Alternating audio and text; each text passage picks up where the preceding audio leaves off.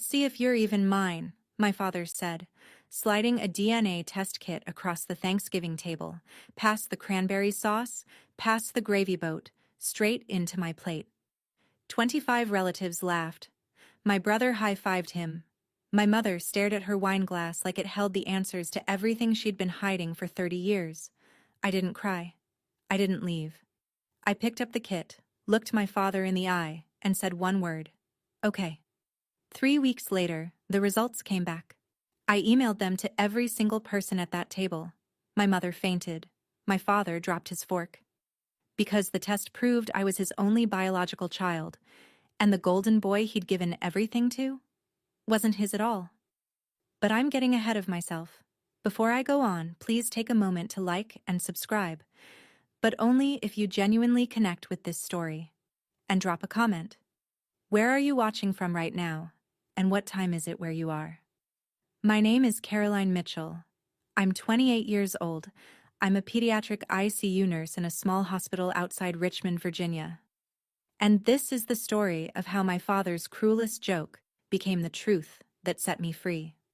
Now let me take you back to Thanksgiving, last November, the night everything changed. The Mitchell family. Thanksgiving was never a casual affair. My father, Richard Mitchell, Rick to everyone who feared him and pretended not to, hosted it every year at the house on Briarwood Lane, a 4,000-square-foot colonial he'd built with his own crew back in 2003. That was the thing about Dad. Everything he owned, he made sure you knew he'd earned it. The dining table was a 10-foot slab of reclaimed Virginia oak, purchased from an antique dealer in Stowe, Vermont. 12 chairs, hand-turned spindles.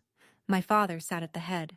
My brother Garrett sat to his right, in the chair that had GM carved into the backrest. Dad did that when Garrett was 6, like some kind of coronation. I sat at the far end, near the kitchen door, the seat closest to the serving platters because, well, someone had to refill them. 25 people filled that room.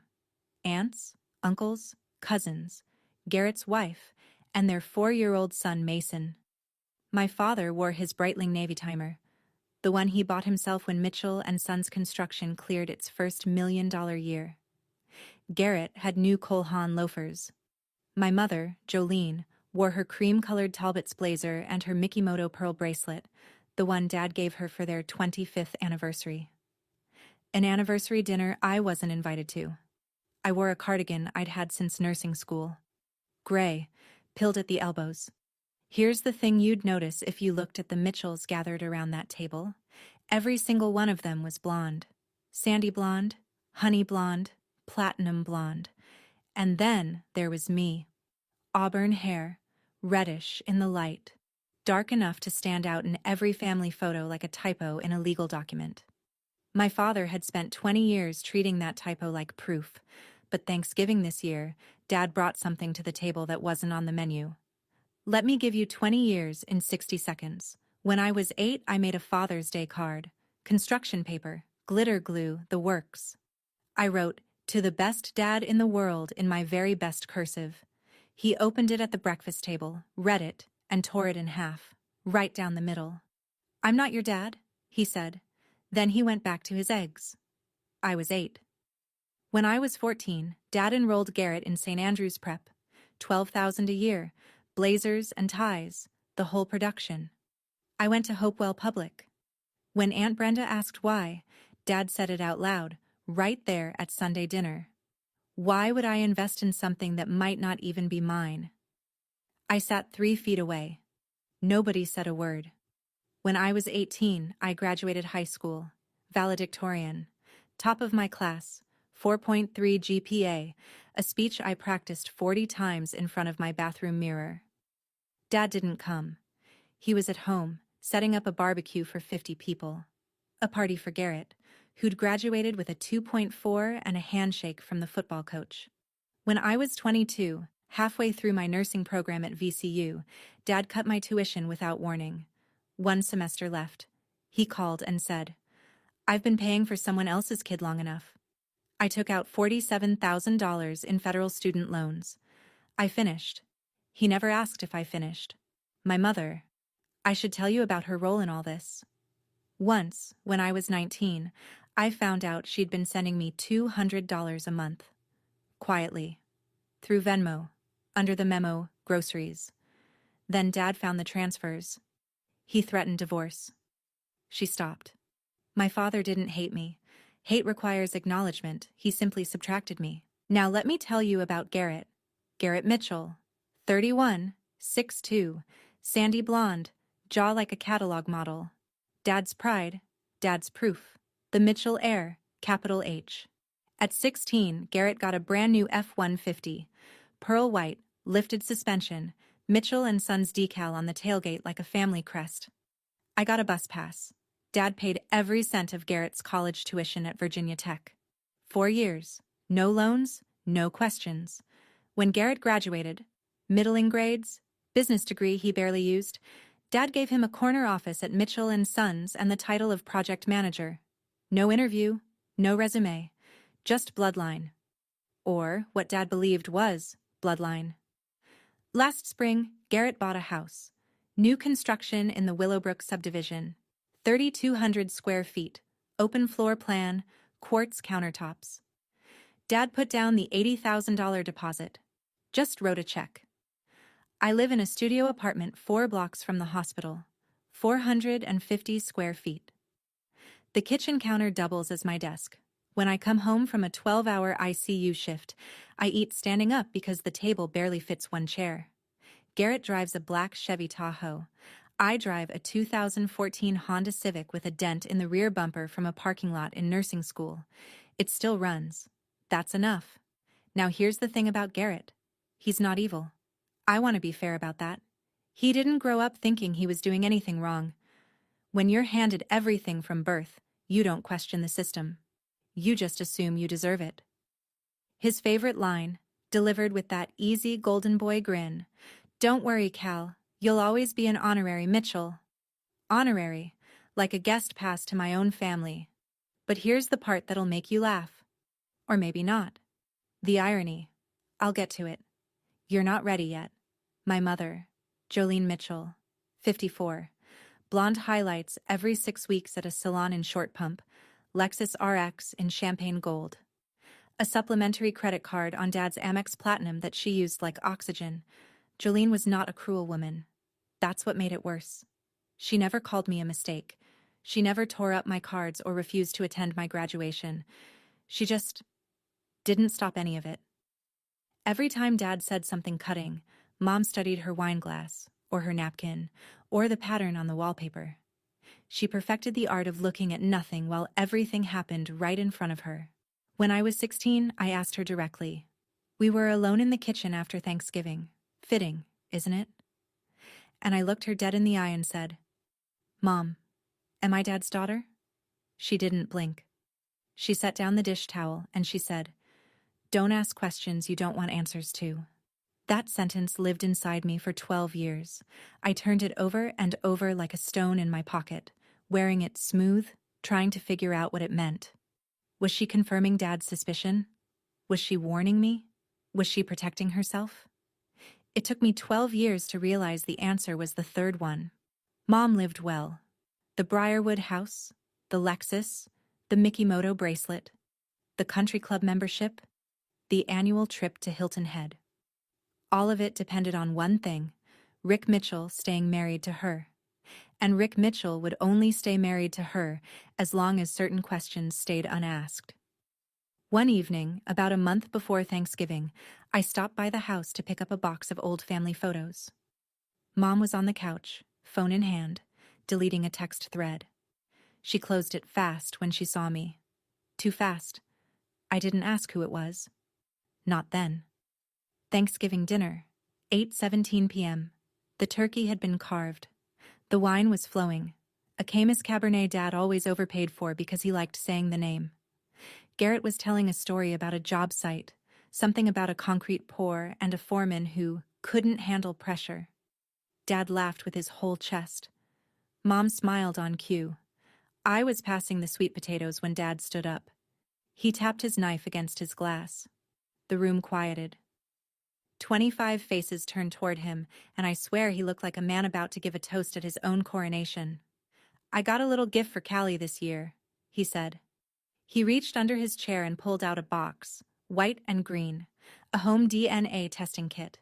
He held it up so everyone could see, then slid it down the table toward me. It knocked against my water glass. Let's see if you're even mine. The room erupted. Laughter. The loud, relieved kind that comes when people are uncomfortable, but choose the easy side. Uncle Dennis chuckled into his bourbon. Aunt Brenda looked away. Garrett slapped the table. Savage, Dad. Jolene went white. I watched her fingers tighten around the stem of her glass until I thought it would snap. But she didn't say a word. She never did. I picked up the box. The room got quiet again. A different quiet. I looked at my father. His eyes were bright with amusement.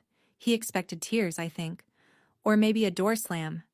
20 years of data told him I'd crumble. Okay, I said. That's all. Just, okay. I put the kid in my bag. I finished my dinner. I said goodnight to Aunt Brenda. I drove home to my studio apartment, alone, in my dented Civic. And I sat at my kitchen counter and opened the box. It wasn't what I needed. A consumer ancestry kit tests ethnicity, not paternity. But it gave me the idea. That same night, I ordered a paternity test from an AABB-accredited laboratory. Real chain of custody, real results, results that mean something. I needed 2 samples. Mine was easy. A cheek swab, sealed, labeled. Rick's? He'd left something behind. On the chair where I'd been sitting, his monogrammed handkerchief. Linen. Initials RAM in navy thread. He'd used it to dab wine off his chin and tossed it aside without a thought. I sealed it in a plastic bag. Mailed both samples the next morning. Nobody knew. You wanted the truth, Dad. So did I. The group chat lit up before I even got out of my scrubs the next morning. The Mitchell family group, 42 members, created by Dad 5 years ago, primarily used for holiday logistics and Garrett's construction updates that nobody asked for. That morning, it had a new purpose. Dad had posted a photo. It was me, from the night before, holding the DNA kit at the table. I don't know who took it. Someone's phone, angled from across the room. My face was half turned, mouth slightly open. I looked stunned. Vulnerable. His caption, "Let's see if the mailman left more than just letters." Garrett replied first. 3 laughing emojis. Then, "DNA don't lie, Dad." Uncle Pete. "Oh man, Rick." Cousin Tara. A single.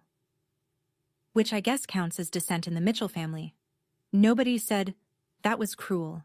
Nobody said, "Rick, she's your daughter." Nobody said anything at all that resembled defense. 42 people. 42 witnesses to a public joke about my parentage. And the only response was laughter or silence. I read it all at 2:47 a.m., sitting in the break room of the pediatric ICU, fluorescent light buzzing overhead. I'd just come off a code. A 3-year-old with RSV, touch and go for 40 minutes before we stabilized her. My hands still smelled like nitrile gloves. And there it was, on my phone, between a notification about my student loan payment and a weather alert. I screenshotted every message, every emoji, every silence.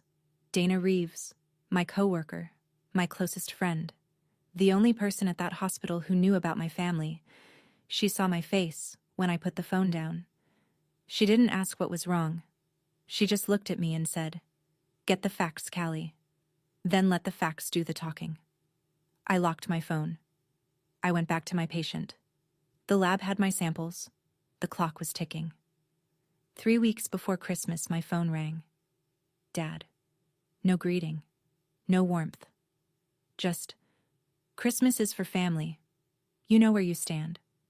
He hung up before I could respond. 16 seconds. I know because I checked the call log afterward, staring at it like the number might explain something the words didn't. Garrett texted an hour later. Classic Garrett. Performing kindness while enforcing the verdict. "No hard feelings, Cal. It's Dad's house. His rules. Maybe next year things will be different." Then came Mom. Her message wasn't comfort. It wasn't an apology. It was, "Please don't make this worse." 3 messages from 3 Mitchells. Not one of them said, "This is wrong." Not one said, "I'm sorry." The only thing they agreed on was that my absence would make everyone's holiday more comfortable. So I spent Christmas Eve alone. I bought a small Douglas fir from the lot on Patterson Avenue. 4 feet tall, $60 I probably shouldn't have spent. I propped it on my kitchen counter, next to my laptop and a stack of patient charts. I made mac and cheese from a box. I poured 1 glass of wine, a $7 Merlot, not Camus. And I sat in my 1 chair, and I ate. Outside, Richmond was cold and clear. Through the window, I could see the apartment building across the street, their windows glowing with colored lights and the shapes of people moving behind curtains. At 11:43 p.m., I opened my email. There it was. Subject line: "Your DNA test results are ready. Action required." From the lab, dated that afternoon. My thumb hovered over it. I could feel my pulse in my fingertips. I closed the email. Not yet. I finished my wine. I turned off the lights. I went to bed. The results would still be there in the morning, and so would I. January 6th. The email arrived at 9:14 a.m. from Richard A. Mitchell to Mitchell Family. Distribution list. CC, Caroline Mitchell. Subject, Estate Planning Update. Formal reading. January 18th. The body was short. Dad wrote the way he built houses. Blunt, load-bearing, no ornamentation. I've been working with my attorney Howard Pratt to finalize my estate plan. After careful consideration, I've decided that Mitchell assets, property, business shares, and financial holdings should pass exclusively to my biological children. A formal reading will take place January 18th at Howard Pratt's office, 10 a.m. Attendance is expected. Signature block: Richard A. Mitchell, Mitchell & Sons Construction, LLC, established 1998. Garrett replied, all within 4 minutes. Thanks, Dad, the right call. Nobody else replied, but I know they all read it. 42 people, 42 silences. He'd CC'd me, not BCC'd, CC'd. He wanted me to see it. He wanted me to know that this wasn't just a dinner table insult or a group chat joke anymore. It was being made legal, official, permanent. Biological children. 2 words that were supposed to be my eviction notice. I read the email 3 times. Then I read it a 4th time, slower, and something clicked. A door I hadn't known was there swung open in my mind. Biological children. If I was Rick's biological child, and a lab somewhere in Maryland was about to tell me whether I was, then that language didn't exclude me. It protected me. And if I was his biological child, and the will only covered biological children, then the real question wasn't about me at all. It was about Garrett. I closed my laptop. I went to work. I intubated a 6-year-old with pneumonia, and I didn't think about the email again until my shift ended 14 hours later. But it sat there, waiting, like everything else. January 9th. I went to Garrett's house to pick up a box of old family photos Mom said she'd left in his garage. Garrett wasn't home. His wife, Stacy, let me in. Polite but distant, the way you'd treat a distant relative at a funeral. She pointed me toward the garage and went back to the kitchen. Mason was in the living room, 4 years old. Blonde curls, Garrett's grin, a dinosaur in each hand. He looked up when I walked past and said, with the casual brutality only a child can deliver, "Daddy says you're not real family. You don't belong here." He said it the way he might say the sky is blue. No malice, just information he'd absorbed the way children absorb everything, from the adults who shape their world. I stopped walking. It wasn't the words. I'd heard worse from his grandfather. It was the realization that I was watching it start over. A new generation, learning the same lie, repeating it with the same easy confidence. Mason would grow up believing his aunt was an outsider, just like Garrett had, and his children after him. I knelt down. Sweetie, family isn't about what people say. It's about what's true. Mason blinked at me, then went back to his dinosaurs. He'd already forgotten it. I hadn't. I took the box of photos, thanked Stacy, and sat in my Civic for 10 minutes with the engine off. The heater ticked as it cooled. My breath fogged the windshield. Then I opened my phone. I opened my email. I tapped on the subject line I'd been avoiding since Christmas. Probability of paternity, 99.9998%. Richard A. Mitchell is the biological father of Caroline R. Mitchell. I read it twice, 3 times. 4. And I thought about a question I want to ask you. Have you ever been in a moment where the truth could destroy everything, but you needed to know anyway? Where not knowing was worse than any fallout? Because that's where I was, sitting in a dented Civic in my brother's driveway, hands shaking, the heater dead, the screen glowing in my lap. I'd love to hear your story. Drop it in the comments. I closed the email, I put the car in reverse, and I drove to work. But something had changed. The stone I'd carried in my pocket for 12 years. Don't ask questions you don't want answers to. I finally understood what it meant. And it wasn't about me. It was never about me. I sat with the results for 3 days. Not because I doubted them. The lab was AABB accredited, the gold standard for paternity testing in the United States, chain of custody documented, results notarized, 99.9998%. In science, that's as close to certainty as you get without witnessing the moment of conception. Number 1. I sat with them because of what they meant. I was Rick Mitchell's daughter, his biological daughter.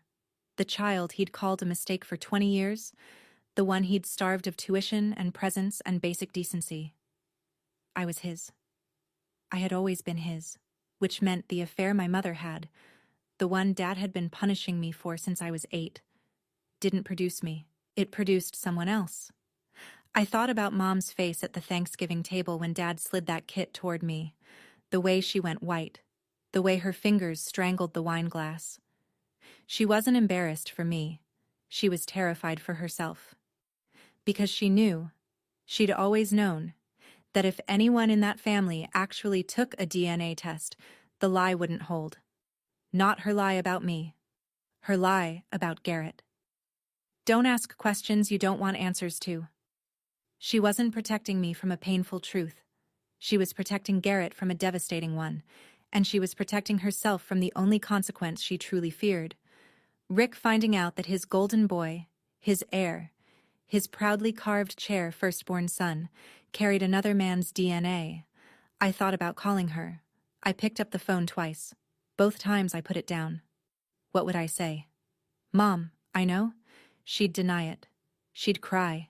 She'd beg me not to tell. And I would be right back where I'd always been, holding someone else's secret, swallowing someone else's shame, keeping the peace at my own expense. Not this time. I called a lawyer instead. Margaret Foley's office was on Main Street in Mechanicsville, a narrow brick building between a barbershop and a CPA firm.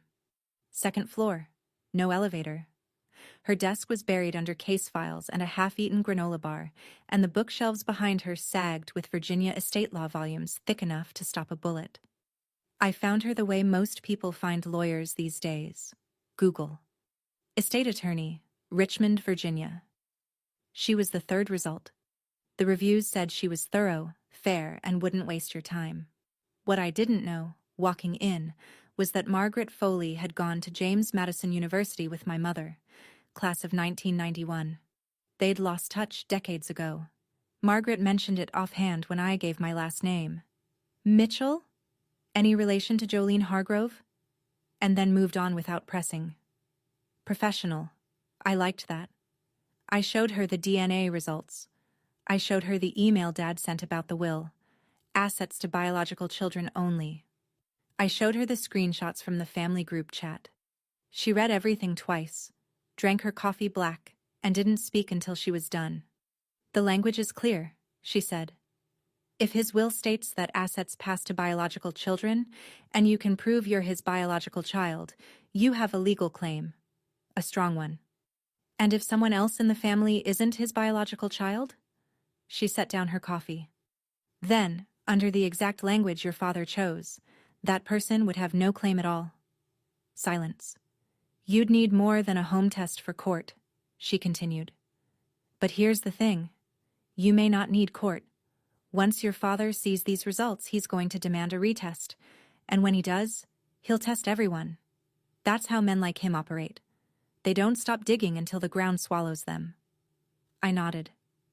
You realize this will blow up your entire family, she said. I looked at her across that cluttered desk, the winter light coming through the blinds in pale stripes, and I said, it was never whole to begin with. January 14th, 4 days before the reading. Dad called. Not to reconcile, not to reconsider. To remind me of my place. The reading's on Saturday. I invited you because I want you to hear it from Howard, in person, that you're not getting a dime. Don't come in there crying. Don't come in there begging. And don't embarrass this family any more than you already have.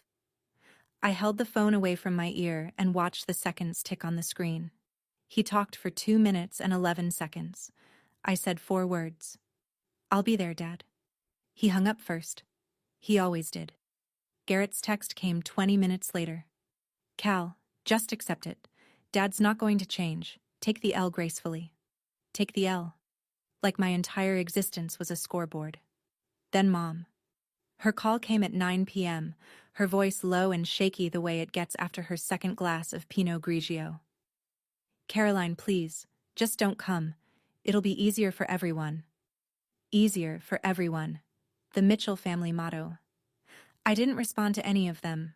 I put my phone on the charger, poured a glass of water, and stood at my apartment window looking out at the dark parking lot below. My Civic under the streetlight, the frost on the windshield. I was on break between shifts. In 6 hours, I'd be back in the ICU checking ventilator settings on a child who weighed less than my winter coat. I'd be calm, precise, necessary. I'd make decisions that mattered, measured in oxygen levels and heart rates and milligrams. And then in 4 days, I'd walk into a room full of people who'd spent my whole life telling me I didn't matter, and I'd let a piece of paper say what I never could. Dana was right. Let the facts do the talking. January 15th. 3 days out. I met Margaret at her office after my shift. She had the notarized copies ready. 3 sets of the DNA results, each in a sealed envelope, each bearing the lab's certification stamp and her notary seal. Clean. Official. The kind of paperwork that doesn't need a raised voice to make its point.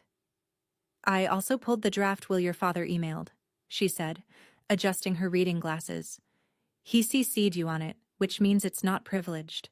And there's something you should know. She turned her laptop toward me. This will hasn't been executed. No signatures, no witnesses. Under Virginia law, it's a statement of intent. Nothing more. Which means his previous will, the one filed 3 years ago, is still the operative document. What does the old will say? Standard language. Assets divided equally among my children. No biological qualifier, no DNA requirement. I leaned back.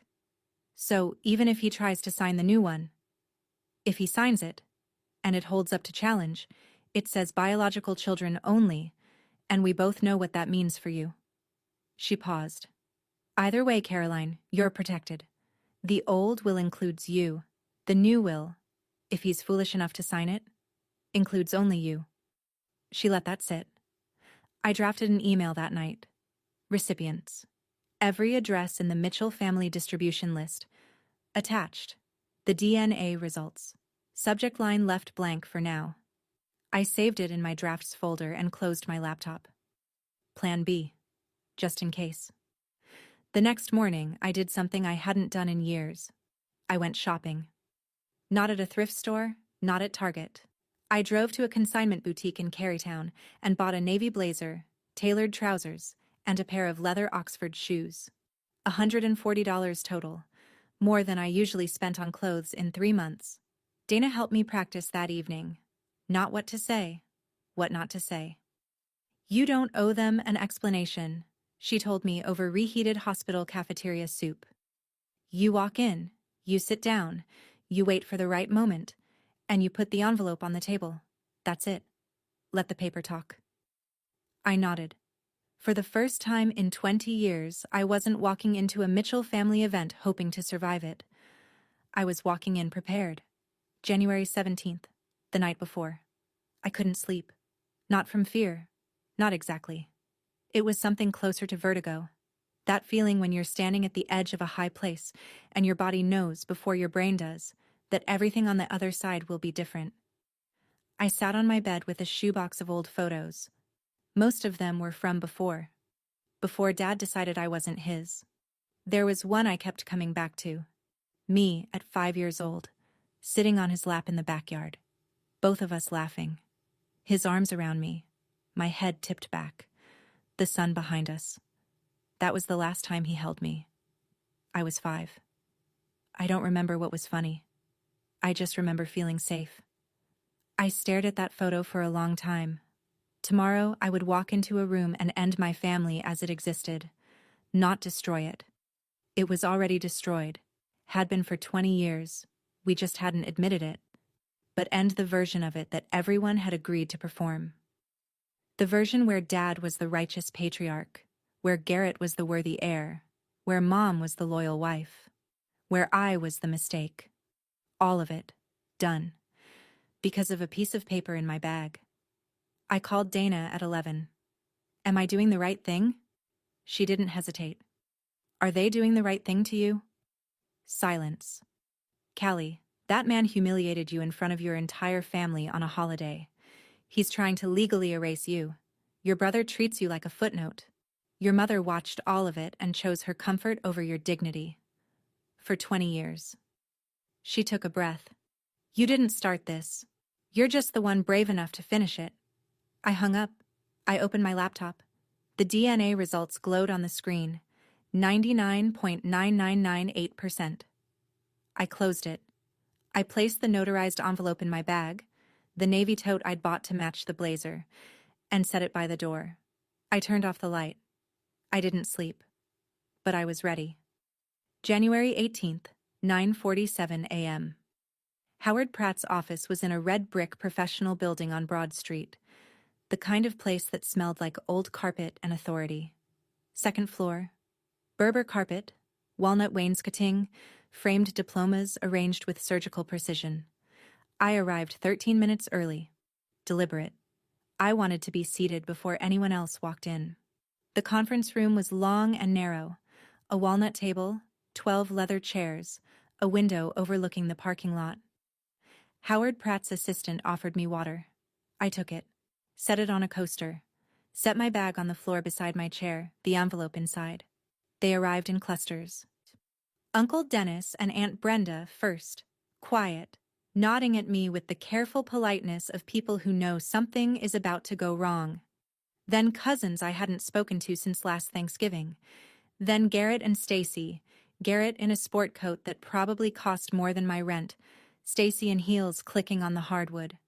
15 people total. Not the whole family, but the ones who mattered. The inner circle. Dad came in last. Of course he did. Rick Mitchell didn't enter a room. He occupied it. Charcoal blazer, starched white shirt, the Breitling catching the overhead light. He sat at the head of the table. Garrett slid into the chair at his right. Mom sat to his left, eyes already red-rimmed, fingers working the clasp of her Mikimoto bracelet like a rosary. Dad saw me and paused. Surprised you showed up, he said. I didn't answer. I folded my hands on the table.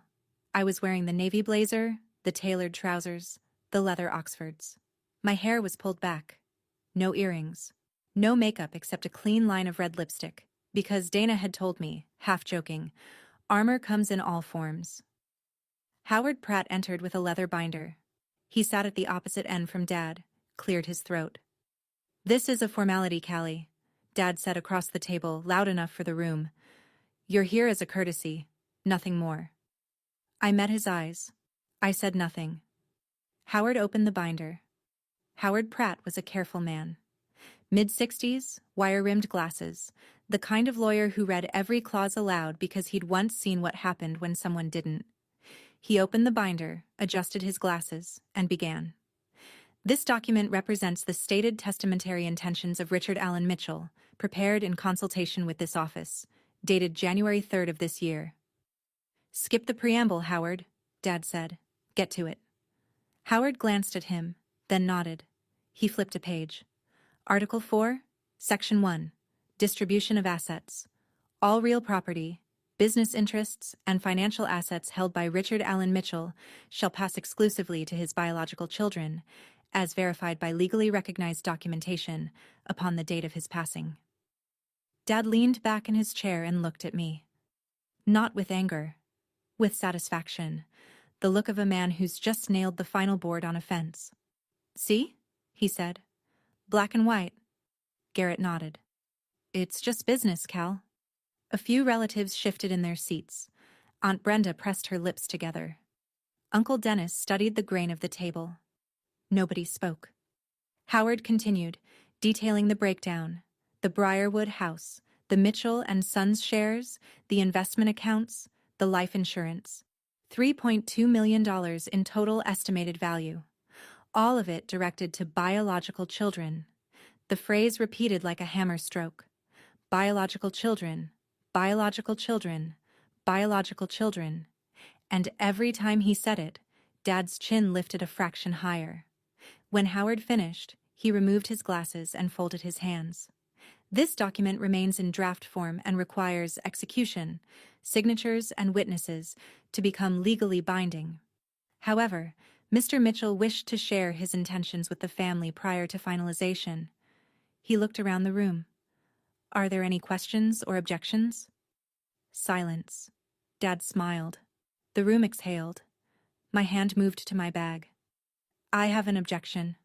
My voice came out steadier than I expected. Low, clear. The kind of voice I use at 3 a.m., when a ventilator alarm goes off, and a room full of panicking parents needs someone to be calm. Every head turned. Dad's smile didn't drop. It froze. Excuse me? Not emotional, I said. Procedural. I stood, walked to the conference room door, opened it. Margaret Foley stepped in. Gray pantsuit, reading glasses on a chain, a leather portfolio under her arm. She'd been waiting in the hallway for 11 minutes. We'd timed it.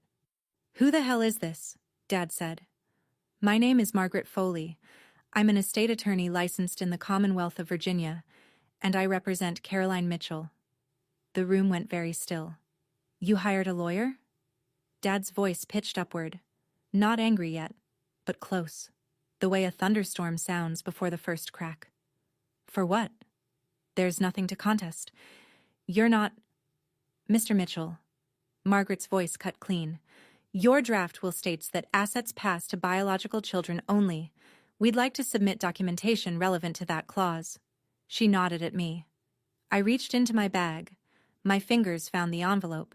Smooth, sealed, the notary stamp slightly raised under my thumb. I'd carried it for 3 days. It weighed almost nothing. It weighed everything. I set it on the table, centered, right between the water pitcher and the leather binder. 15 people stared at it. Mom's breathing changed. I could hear it from across the room. Shallow, fast, the way patients breathe when they know bad news is coming before the doctor opens their mouth. I looked at my father. You wanted to know if I was yours, Dad. You asked me at Thanksgiving. In front of the whole family, you gave me a DNA kit. You made it a joke. I pushed the envelope 1 inch toward him. I took the test. Here are the results. Margaret opened the envelope with the practiced calm of someone who'd done this 100 times. She removed 3 stapled pages, scanned the room, and read aloud. Paternity test conducted by Genelink Diagnostics, an AABB-accredited laboratory in Bethesda, Maryland. Test subjects: Richard Allen Mitchell, alleged father; Caroline Rose Mitchell, child. Samples received December 2nd. Analysis completed December 19th. She paused. The room was so quiet I could hear the furnace cycling through the vents. Conclusion: based on analysis of genetic markers, the probability of paternity is 99.9998%. Richard Allen Mitchell is the biological father of Caroline Rose Mitchell. She set the paper down. Dad stared at it like it was written in a language he'd forgotten. His mouth opened, closed, opened again. That's not possible. The lab is federally accredited, Margaret said, evenly. Results are notarized. Chain of custody is documented. I have 2 additional certified copies if you'd like your own attorney to review them. Garrett shot forward in his chair. She faked it. She had to have faked it. There's no way. Mr. Mitchell. Margaret didn't raise her voice. She didn't need to. ABB accreditation is the standard used by U.S. courts for paternity determination. These results are as reliable as a test ordered by a judge. Garrett's mouth worked, but nothing came out. Mom hadn't moved. Her hands were flat on the table. Her eyes were fixed on the paper. Her face, I'll never forget this. Her face held the expression of a person watching a building collapse in slow motion, knowing they were inside it. Dad turned to Howard Pratt. Howard, can she do this? Howard removed his glasses. Rick, the results appear legitimate. I'd recommend. I didn't ask for a recommendation. Mr. Mitchell. Margaret folded her hands. Before you request a retest, which you're entitled to, you may want to consider testing all of your children. Given what we now know, it seems prudent. The word landed like a grenade with a delayed fuse. All. Dad looked at Garrett, then at Mom, then back at me. And for the first time in 20 years, I watched my father's certainty crack. I didn't say it. I want to be clear about that. I didn't say, Garrett isn't your son. I didn't say, Mom had an affair. I didn't accuse anyone of anything. I didn't need to. The math was already doing the work. You could see it moving through the room like a current, face by face, chair by chair. If Callie is Rick's daughter and Rick has believed for 20 years that his wife cheated, then who was the product of the affair? I kept my voice level. I'm your biological child, Dad. The test confirms it. Now, if you'd like to proceed with a will that leaves everything to your biological children, I fully support that. The sentence sat there like a lit match on dry grass. Garrett stood up. What the hell is she implying? I looked at him. I'm not implying anything, Garrett. I'm presenting facts. Dad taught me that's what Mitchells do. His face went red. Not embarrassed red, but furious red. The kind that starts at the collar and climbs. He turned to Mom. Tell her she's wrong. Mom, tell her. Jolene didn't look at him. She was staring at the table, both hands pressed flat like she was trying to hold it together physically, molecularly. Rick. Her voice came out broken. We need to talk privately. Sit down, Jolene. Dad's voice was a blade. He hadn't moved from his chair. But something behind his eyes had shifted, a tectonic slide, slow and irreversible. He was looking at Garrett the way he'd spent 20 years looking at me. Aunt Brenda leaned forward. Rick, what is going on? Uncle Dennis put a hand on the table. Everyone just, let's take a breath. But nobody took a breath. The room was holding one. Jolene started crying. Not the quiet kind, the kind that sounds like something inside has finally given way. A levee, a wall, a lie held together with 30 years of silence and a Mikimoto bracelet. She was crying because she was scared. And everyone in that room could feel it. Dad turned to her. Slow. The way a man turns when he already knows the answer but needs to hear it out loud. The way you need to hear the doctor say the word even though the scan is right there on the screen. Is there something you need to tell me, Jolene? She shook her head.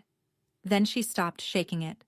Then she covered her face with both hands, and the Mikimoto bracelet slid down her wrist and clattered against the walnut table. Rick, It was before Callie was born. It was... Who? Greg Nolan. The name landed like a stone in still water. I watched it ripple outward. Aunt Brenda's hand flew to her mouth. Uncle Dennis closed his eyes. 2 cousins exchanged a glance so fast you'd miss it if you blinked. Greg Nolan. The name meant something to the older Mitchells. He'd been a subcontractor for Mitchell and Sons in the early 90s. Framing crew, back when Dad was still building the business out of a pickup truck. He'd been around the family, around the house, around Jolene. It was one time, Mom whispered. One time, Rick. Early 94. You were gone for 3 months on that Chesapeake Bay project, and I was alone. And early 94. Dad's voice was flat, mechanical. He was doing the math. Everyone was doing the math. Garrett was born in October of 1994. The room understood before Garrett did. I could see it in their faces. The slow, awful dawning. The way people look when they realize a story they've believed their whole lives was built on sand. Garrett stared at Mom. What are you saying?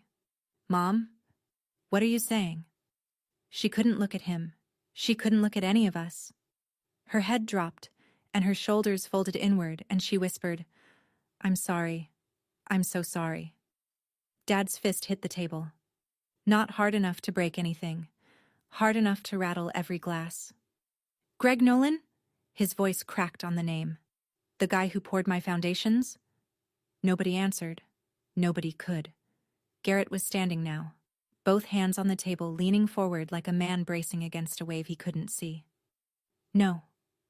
His voice was high, tight, stripped of every ounce of golden boy ease. No, that's a lie. Dad, tell her she's lying.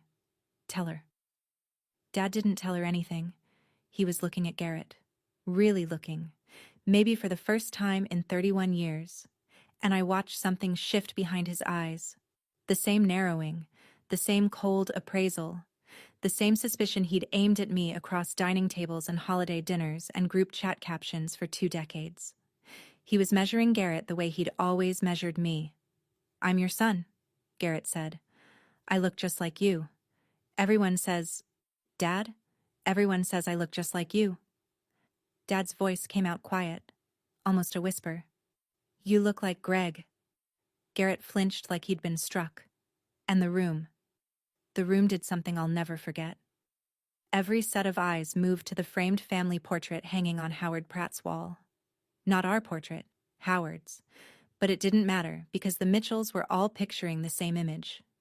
The Christmas card photo from 2019, the one Mom sent to 150 people.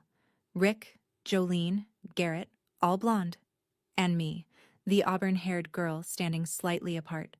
Like she'd been photoshopped in from a different family. Except now the picture read differently. Aunt Brenda was the one who said it. Softly, almost to herself. Oh my God. The hair. Callie has Rick's mother's hair. She was right. Grandma Elaine Mitchell, Dad's mother, who passed when I was 3, had auburn hair. Dark red, almost mahogany. I'd seen it in photographs but never made the connection because nobody had ever let me make it. Nobody had ever said, You look like your grandmother, Callie. That line was reserved for Garrett. You look just like your dad. Except he didn't. He never had. The room was unraveling. Garrett shoved his chair back and paced to the window, hands clasped behind his neck, breathing hard. Stacy reached for him. He pulled away. Mom was slumped in her chair, barely conscious.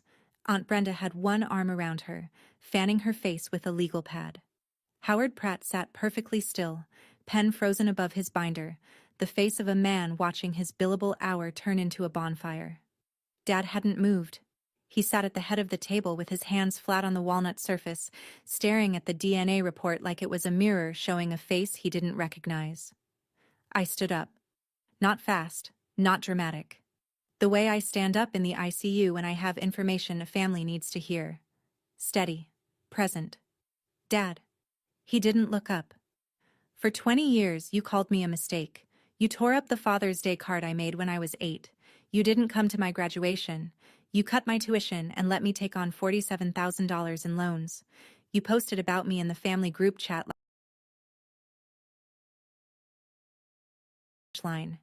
You handed me a DNA kit at Thanksgiving in front of 25 people and dared me to prove I belonged. I paused.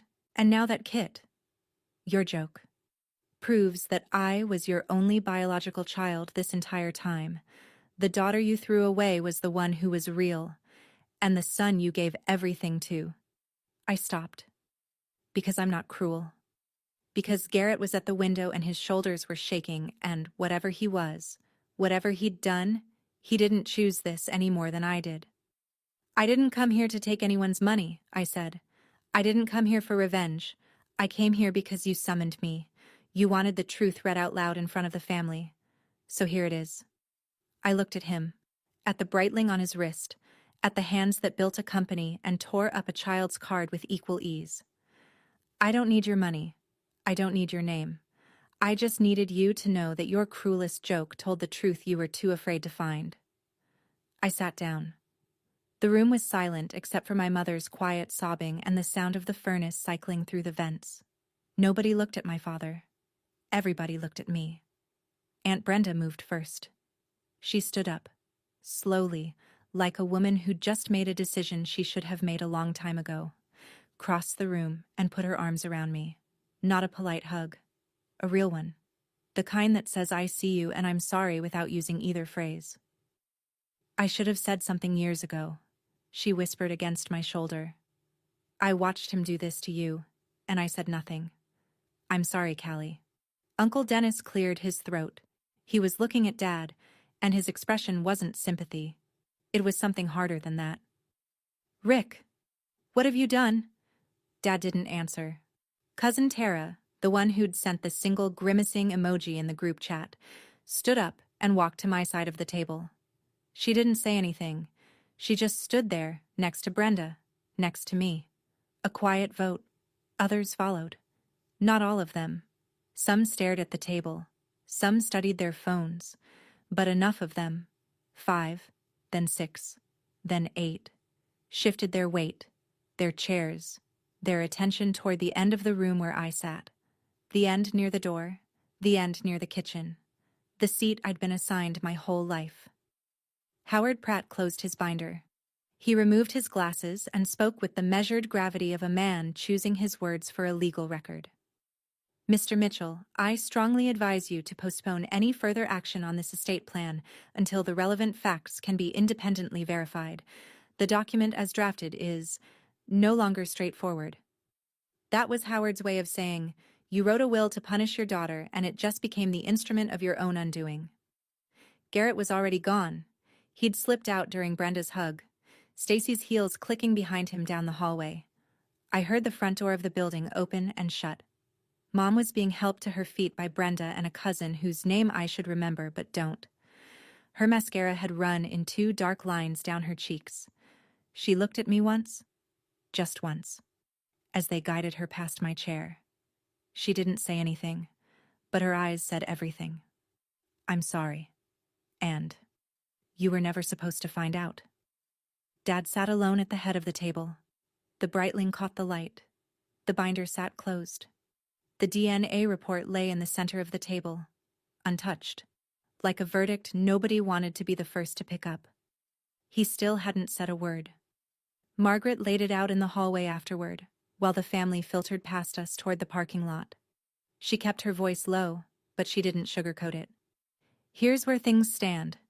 Your father's new will, the one Howard just read, was never signed. It's a draft. Legally, it's toilet paper. She held up a finger. His previous will, filed in 2021, divides his estate equally among my children. No biological qualifier. That will is still operative. So I'm covered either way, I said. Yes. Under the old will, you inherit as his child. If he's stubborn enough to sign the new one, biological children only, you inherit as his only biological child. He built a cage and locked himself inside it. She glanced toward the parking lot where Garrett's Tahoe was pulling out fast, tires barking on cold asphalt. What about Garrett? That depends on your father. Under the new draft, Garrett has no claim. He's not a biological child. Under the old will, he's listed as a child, which is legally sufficient unless someone challenges it. I won't challenge it. She nodded. There's another option. Your father could formally adopt Garrett. Adult adoption is legal in Virginia. Straightforward petition. No age limit. It would restore Garrett's legal standing as Rick's child for inheritance purposes. But it would be public. It would be on record, yes, and Garrett would need to consent. I leaned against the brick wall and watched my breath cloud in the January air. Across the lot, Aunt Brenda was helping Mom into her Lexus. Uncle Dennis stood by his truck, hands in his pockets, staring at the ground. 15 people had walked into that room believing one story. They'd walked out carrying a different one. And the man who'd authored both versions was still sitting inside, alone, at the head of an empty table. Margaret. Thank you. She shook my hand. Firm. Professional. You didn't need me, Callie. You just needed the truth to have a witness. I went back inside. The conference room was empty, except for Dad. Howard had left, tactfully, I'm sure, with a brief and billable goodbye. The leather binder was gone. The water pitcher was still there, condensation pooling on the walnut. Dad sat at the head of the table. His hands were in his lap now. The Breitling had slid down his wrist loose, like he'd lost weight in the last 30 minutes. His eyes were red but dry. He wasn't crying. I don't think Rick Mitchell had cried since Reagan was in office. I sat down across from him. Not at the far end. Not near the kitchen door. I pulled out a chair 2 seats away and I sat, and I waited. It took him almost a full minute. Did you know? He finally said. Before the test. Did you know about Garrett? No, I said. I just didn't run this time. He nodded. Slow, like the motion hurt. Another silence. Longer. The furnace kicked on again and the vents exhaled warm air across the room. I owe you. He started. You owe me nothing I want to take. He looked at me then. Really looked. Not the dismissive glance across a dinner table. Not the cold appraisal of a man cataloging evidence. He looked at me the way I imagine he looked at that photograph. The one of me at 5, on his lap, laughing, before he decided I didn't belong. But you owe me an apology, I said. In writing, sent to the same people who watched you humiliate me. The group chat, the email list, every person who laughed at that DNA kit joke. He opened his mouth. I'm not asking you to love me, Dad. I'm asking you to correct the record. He closed his mouth. He stared at the table. I stood up, collected my bag, and walked out of Howard Pratt's office into the January cold. The sky was white. The air tasted like frost. My Civic was the oldest car in the lot. I got in. I turned the key. The engine coughed, then caught. I drove to the hospital. I had a shift in 2 hours. 1 week later, Garrett called. I was in the break room, eating a granola bar between patients when his name lit up my phone. I almost let it go to voicemail. Garrett had never once called me with good news, but something in me, maybe the same something that made me say, okay, at the Thanksgiving table, told me to pick up. I did it, he said. No greeting, no preamble. His voice sounded scraped hollow, like a man who'd been yelling into an empty room. I took the test. Went to a lab in Henrico. Got the results this morning. I set down the granola bar. 0%, he said. Richard Mitchell is not my biological father. Probability, 0. I listened to him breathe. In, out. The sound of a man recalibrating 31 years of identity in real time. Did you know it was me? He asked. When you walked in there with that envelope. Did you know? No. I only knew it was me. Silence. I called you Honorary Mitchell your whole life, he said. His voice cracked on the word honorary. I said it like a joke. Every Thanksgiving, every Christmas you were allowed to attend, and I'm the one who... He didn't finish. You're still my brother, Garrett. That hasn't changed. How can you say that? After everything Because it's true. We didn't choose this. Either of us. I heard something on the other end that I'd never heard from Garrett Mitchell in 31 years. He was crying. Not the frustrated, angry kind. The kind that comes when the scaffolding falls and you realize the building you were standing on was never there. And you know what? I want to ask you something. If you were in Garrett's place, if you discovered that every privilege, every advantage, every golden boy moment of your entire life was built on a lie someone else told before you were born, what would you do? I genuinely don't know the answer. I don't hate Garrett. He was a victim too, in his own way. He just never knew it until now. Tell me what you think. Drop it in the comments. I didn't cry. I'd done my crying years ago. Come have dinner sometime, I said. I have one chair, but I'll borrow another. He laughed. Just barely. It was a start. 2 weeks after the reading, Mom showed up at my apartment. I saw her through the peephole, standing in the hallway in her wool coat, no makeup, hair unwashed, looking smaller than I'd ever seen her. She stood there for 5 full minutes before she knocked. I know because I watched. I opened the door. She looked at my studio. The 450 square feet, the counter desk, the one chair, the tiny Douglas fir still up because I hadn't had the heart to take it down, and something in her face collapsed. Not because the apartment was small, because it was mine, because I'd built this life with nothing she or Dad had given me, and it was still standing. Can I come in? I stepped aside. She sat on the edge of my bed, the only other place to sit, and pressed her palms together between her knees. She didn't look at me. She looked at the floor. I knew Garrett wasn't Rick's from the day he was born, she said. The timing. I knew, and I was terrified. So I said nothing.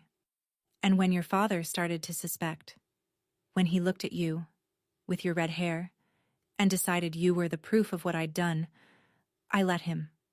I let him blame you. Because as long as he was suspicious of you, he wasn't suspicious of Garrett. And as long as he wasn't suspicious of Garrett, he wouldn't divorce me. She swallowed. I used you as a shield, Caroline. For 20 years, I let my daughter take the punishment for my lie. The words hung in the air of my tiny apartment. Yes, I said. You did. She flinched. I can't forgive you today. Maybe not ever. But I don't want to carry your secret anymore, Mom. And I won't carry your guilt either. That's yours. She nodded. She stood up. She walked to the door. I noticed her wrists. Bare. No Mikimoto bracelet. She left without asking for a hug. I closed the door behind her, leaned against it, and stood there until my breathing was even again. Then I made myself dinner. Alone.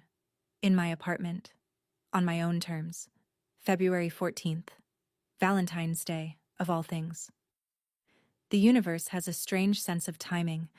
I was eating lunch in the hospital cafeteria. Chicken sandwich, orange juice, fluorescent lights, the usual. When my phone buzzed. Email notification. From Richard A. Mitchell. Subject. To my family. Recipients. The Mitchell family distribution list. All 42 members. The same list he'd used to share the DNA kit photo.